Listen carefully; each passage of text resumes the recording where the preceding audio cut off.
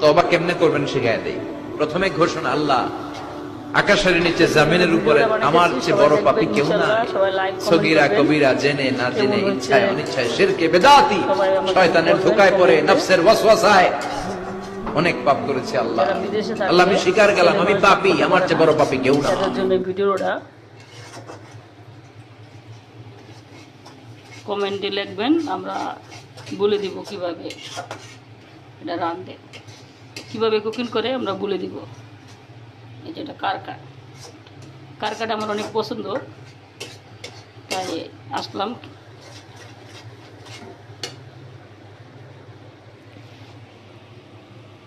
সবাই like comment করবেন। আজকে আমি বাবুচ্ছি